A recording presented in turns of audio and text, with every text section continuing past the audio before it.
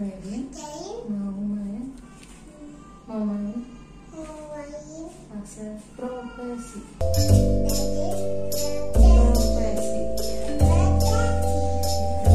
yang pilot yang mana ya dia pilot kita jadi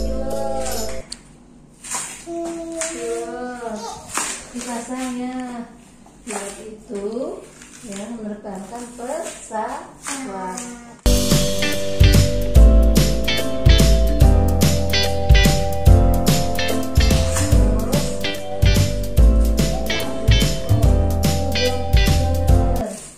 Dokter itu pekerjaannya mengobati orang yang sakit.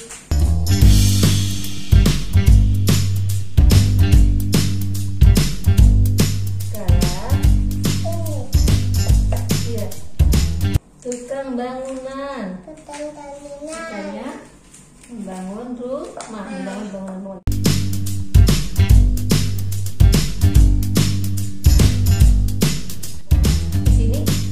Angkatan Darat Tentara tugasnya mengamankan negara perang.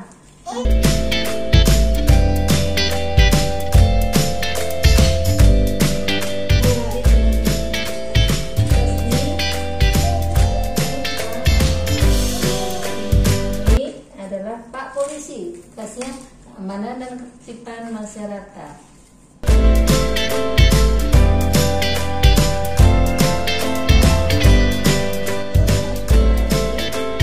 Pelukis, tugasnya apa? Melukis.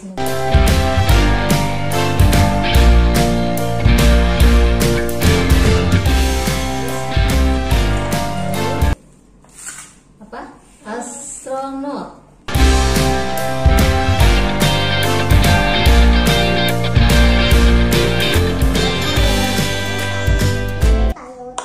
Oh, ini Pak Guru kayak itu ya? Iya. Pak Guru.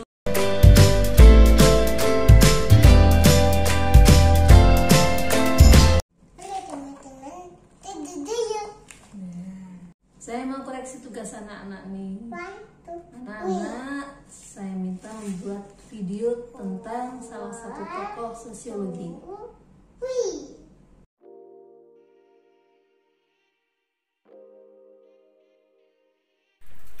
Perkenalkan, nama saya Nathanael dan Heronatra dari kelas 10 MIPA 1. Pada kesempatan kali ini, saya akan menerangkan tentang seorang tokoh sosiologi, yaitu Karl Marx.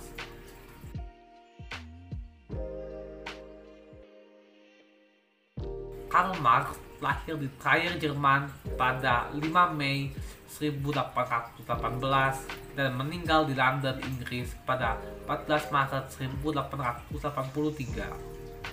Marx adalah seorang filsuf, ekonom, sejarawan, pembuat teori politik, sosiolog, jurnalis, dan sosialis revolusioner asal Jerman.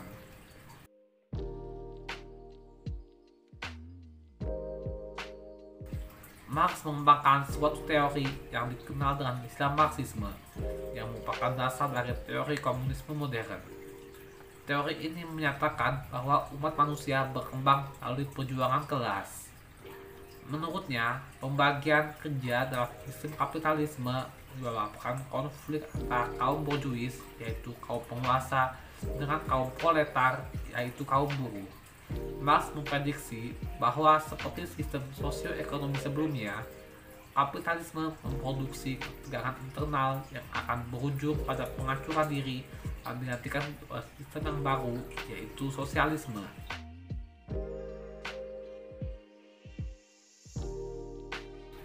Kata terkenalnya adalah pamflet tahun 1848, Manifesto Komunis, dan karya 3 volume Das Kapital.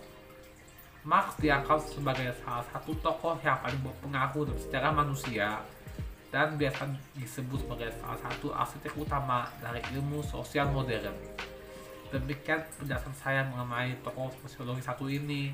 Terima kasih. Halo, perkenalkan nama saya Maudy Angelika. Saya dari kelas 10 IPS 2 dan saya akan menceritakan tentang biografi Bapak Sosiologi di Indonesia.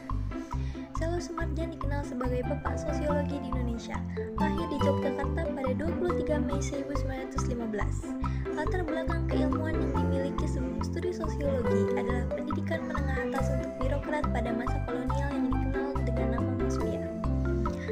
Selo Sumarjan kemudian melanjutkan studi sosiologi di Universitas Cornell di Amerika Serikat dengan beasiswa dari pemerintah Amerika. Karirnya sebagai sosiolog dibangun selama menjadi pengajar di Universitas Indonesia. Selain itu, ia juga diangkat menjadi dekan pertama fakultas tersebut selama 10 tahun. Kesuksesannya tidak berhenti di situ. Tanggal 17 Agustus 1994, pemerintah menganugerahinya bintang Mahaputra Utama, dan pada 30 Agustus ia menerima gelar ilmuwan utama sosiologi.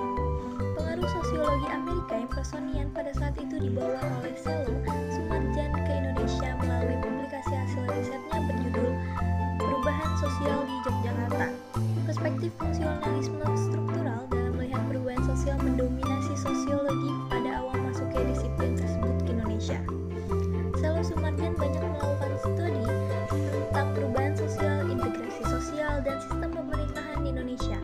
Adopsi teori fungsionalisme personian dalam menganalisis pembantu pemerintah dalam membangun agenda.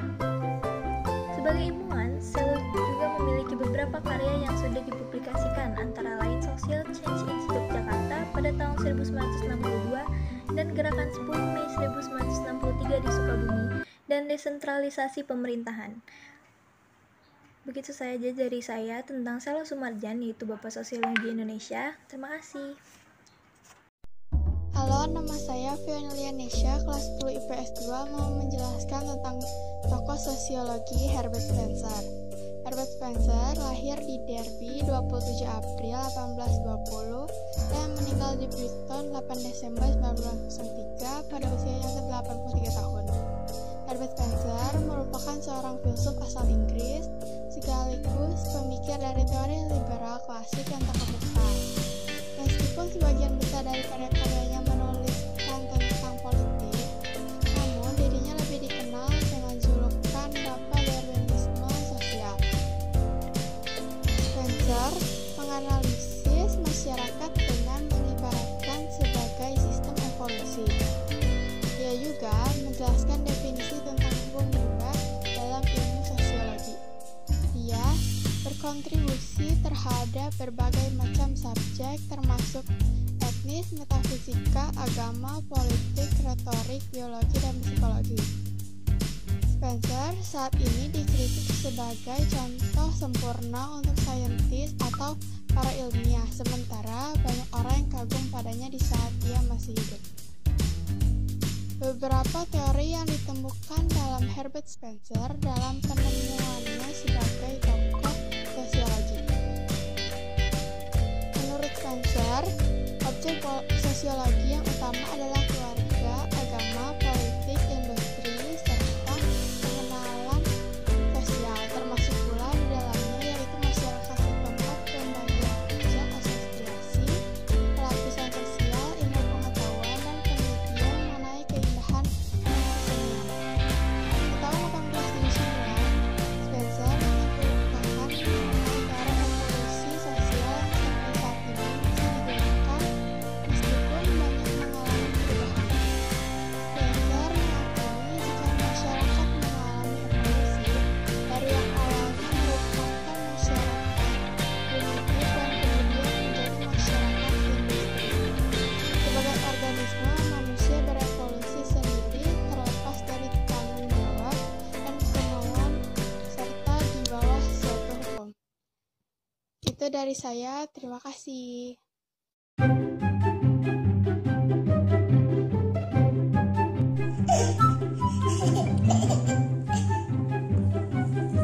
Bye.